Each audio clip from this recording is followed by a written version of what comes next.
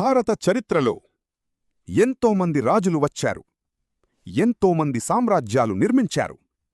కాని ఒక రాజు మాత్రం ప్రత్యేకంగా గుర్తుండిపోయాడు. ఎందుకంటే అతను ప్రపంచంలోని అత్యంత శక్తివంతమైన చక్రవర్తుల్లో ఒకడైన అక్బర్ ముందు తలవంచలేదు. రాజ్యాన్ని కోల్పోయాడు, అడవుల్లో జీవించాడు, కుటుంబంతో కష్టాలు పడ్డాడు. కాని లొంగలేదు. అతనే మహారాణా ప్రతాప్. అతని కథ ఎందుకు ఇప్పటికీ కోట్ల మందికి స్ఫూర్తి ఇస్తుంది? ఇది అతని అసలు కథ. 1540లో కుంభల్ఘర్ ఫోర్ట్లో జన్మించాడు మహారాణా ప్రతాప్. అతని తండ్రి ఉదయ్ సింగ్ సెకండ్, తల్లి జయవంతబాయ్. చిన్నప్పటినుంచే అతనిలో యోధుడి లక్షణాలు కనిపించేవి. ఆ సమయంలో అక్బర్ ఉత్తర భారతదేశాన్ని వేగంగా తన ఆధీనంలోకి తీసుకుంటున్నాడు. చాలా రాజపుత్ర రాజ్యాలు అతనికి లొంగిపోయాయి. కాని మేవార్ మాత్రం ఇంకా స్వతంత్రంగా ఉంది. ఉదయ్ సింగ్ సెకండ్ మరణం తర్వాత సింహాసనం విషయంలో సమస్యలు వచ్చాయి. కాని చివరికి మహారాణా ప్రతాప్ మేవార్ పాలకుడయ్యాడు. అక్బర్ యుద్ధం చెయ్యకముందు చర్చలు జరపాలని చూశాడు.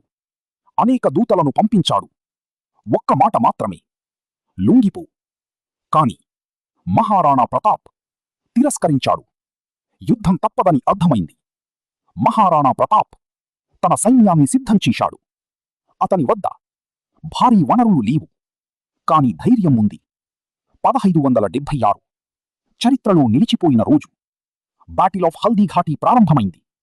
ఒకవైపు మహారాణా ప్రతాప్, మరోవైపు మాన్సింగ్ వన్ నాయకత్వంలోని మొఘల్ సైన్యం. ఈ యుద్ధంలో మరో హీరో ఉన్నాడు. అది గుర్రం. అతని పేరు చేతక్. యుద్ధభూమిలో చేతక్ అసాధారణ ధైర్యం చూపింది. చరిత్ర ప్రకారం చేతక్ ఒక యుద్ధ ఏనుగుపై దూకింది.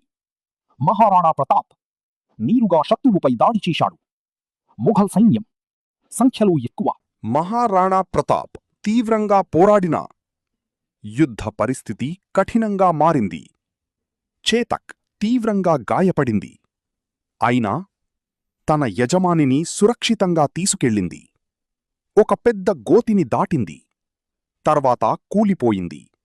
ఈ సంఘటన ఇప్పటికీ భావోద్వేగంగా చెప్పబడుతుంది. యుద్ధం తర్వాత మహారాణా ప్రతాప్ అడవుల్లో జీవించాడు.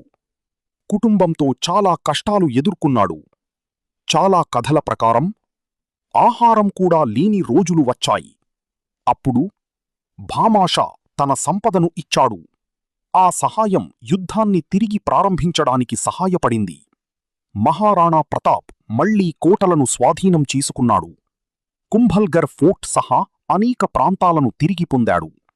1597లో మహారాణా ప్రతాప్ మరణించాడు.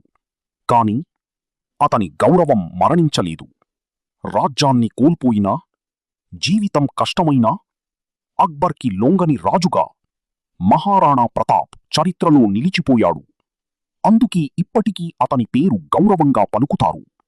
ఇంకా ఇలాంటి భారత చరిత్ర కథల కోసం సబ్స్క్రైబ్ చేయండి.